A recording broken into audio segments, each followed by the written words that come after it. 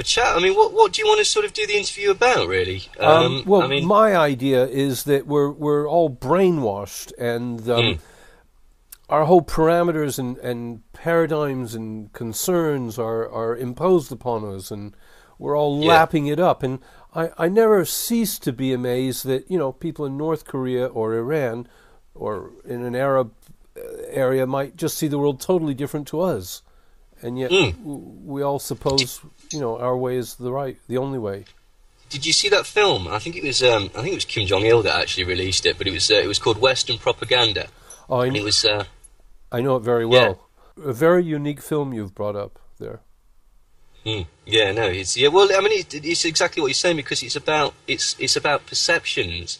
Everybody's under the impression that everything that they do is organic, like be it fashion, be it the music they like, be it the films that they like, and furthermore than that, people start to define themselves by this to say, look, I listen to so and so, I listen to Dead Kennedys, I'm a punk rocker, I listen to the Prodigy, I'm into dance music, and therefore you pigeonhole yourself. And people don't realise that these are not organic movements. These are at the the most benign way that they've been constructed is by someone with a capitalist agenda. But that's not it. It's about controlling people because people are far more easy to control if we know exactly what they're doing. If I know I input this stimuli and get this response, then I know that I'm going to get that from all of these people who have assigned themselves to this group. And so that's one of the easiest tricks. It also seems to me that a lot of our culture is actually designed to make us mindless, gormless, Yeah. if you like, to kill the senses and the perception. Yeah, absolutely, absolutely everything. Like, it's not cool to think, right? It's really not. I mean, and you see that in everything. You see, entertainment industry, it portrays people that are interested in anything outside of the mainstream as fringe, as lunatics, as crazy, as outsiders. Even when they're sort of framing them in a sort of like, let's have a look at something like Buffy the Vampire Slayer, right? Okay, there's the guy in there who's got his glasses on and he's the clever one and he's still the hero of the show. But the subtle message of that is, you can be like him if you want, but look how lonely he is in comparison to the other stars of the show who are basically doing this. And so a lot of it, most of it's fear-based. It's all about being frightened of being on your own and being frightened of being humiliated and pointed and laughed at. And, it's powerful. You can't control it. Your brain shuts down when you feel shame. We call it peer pressure. People Mm. want you to think the same way. What amazes me is when we're about to go to war with someone and suddenly all the media hypes us up into hating, demonizing somebody who... Well, it's butchers. They're always butchers, aren't they? It's the butcher of Grozny, the butcher of Baghdad, the butcher of Berlin. And 9 times out of 10, the stories are absolutely false. The famous one, obviously, is the Gulf War. The daughter of the Kuwaiti ambassador, who was a good friend of George H.W. Bush, he pretended he didn't know her, and she stood there and claimed to be from Iraq, and the babies were being dashed to death on the cold stone floors. It's absolutely contrived event. It's completely garbage. And you saw that you'll see that with everything. The framing of Saddam Hussein, the framing of Gaddafi in the Western press, that what they're trying to do with Assad in Syria, it's not, at the very least, it's completely biased. So you can't, I mean, you and I know it's garbage, but most people don't bother to question it because there's this other concept of authority, and like, don't go against your parents because, like, the people who are in charge because they're the best at it, obviously. Otherwise, why would they be in charge? Well, Yeah. we tend to have an increasing belief that we have a shadow government or a deep state, that there are people behind these so-called leaders that we have. And I don't know, I guess they're just taking us down a long path of we're losing our self-identity and our ability for critical thought and analysis. And it feels sinister what we're witnessing. Yeah, absolutely, absolutely. I mean, this is the thing. It's about controlling your organised habits so that they know what you're doing at times, and then keeping you in line with fear and shame in other times so that you don't branch out and look at other things. I mean, yeah, you're absolutely correct. Like, it's about keeping people stupid and keeping people fearful, and then occasionally dangly jewellery or something, shiny trinkets that we all love. Let's go out and buy stuff, because buying stuff makes you feel great. Well, so that's our religion at this time, consumerism. Yeah. We just had what's his name? Obama had his inauguration, and I saw Cameron. I got a glimpse of him being upset about the Algerian hostage crisis. But I mean, they're just it's not real. It's they're just orchestrating our opinions, our emotions for us.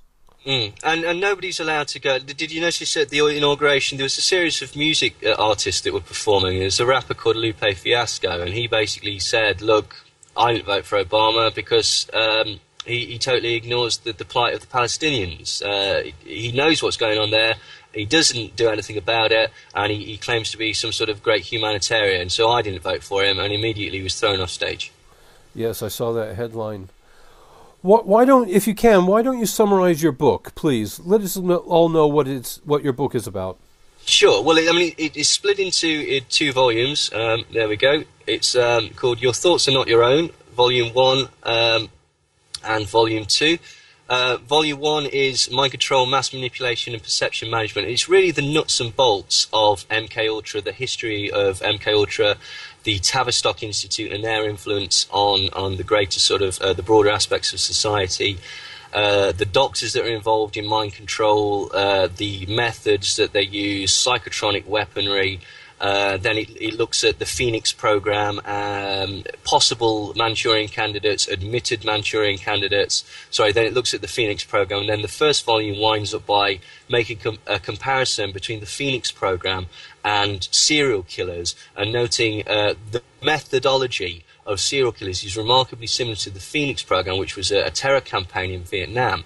Also, a lot of the serial killers, the main serial killers, a remarkable amount of them, were either involved in MKUltra style experimentation or in some degree of the military-industrial complex in the armed forces or the intelligence agencies.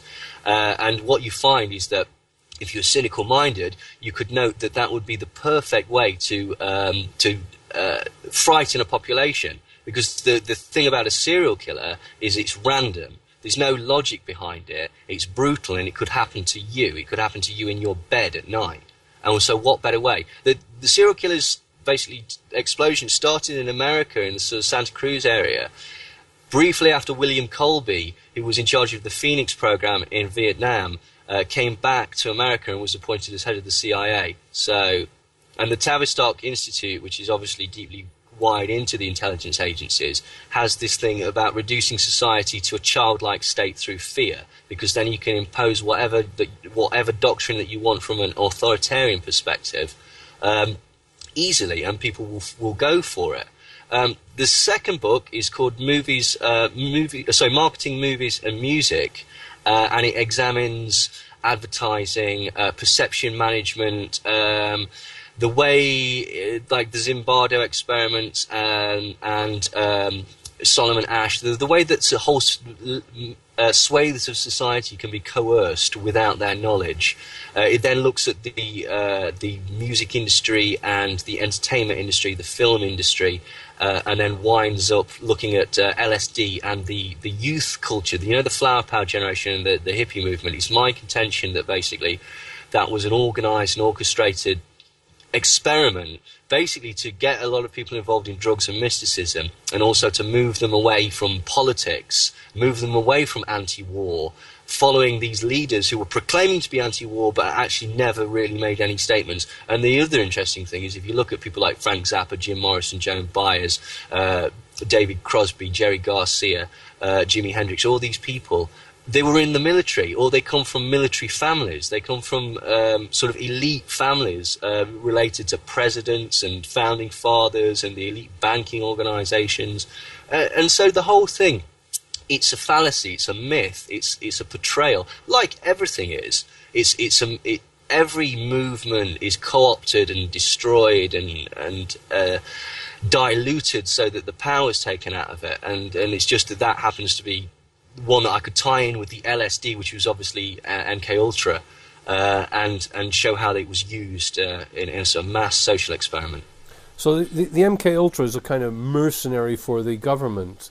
Well, the MK Ultra was the MK Ultra is the mind control experiment. It's the umbrella term that refers to the sort of 150 sub-projects that were exposed they started in 1953.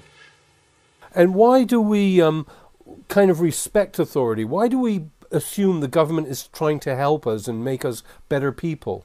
Because you're psychologically wired to it. Okay, you are psychologically wired to it. There's something in your brain that basically goes on an instinctive level. Someone who's bigger than, stronger than you, they know more than you, and subconsciously you take that in and appropriate that behaviour. Also, you have certain innate things. Whereas if you're sort of thrown into a fear scenario, the natural response is to go and hug somebody or to do something like that. And these can be manipulated. These can be totally manipulated. And again, that's how they manipulate the senses as well, by giving you heroes in the public eye to follow. That, again, you just basically, you stop thinking for yourself and you go, all right, there's a problem. Tell me what to do. And therefore, it just reduces people to robots.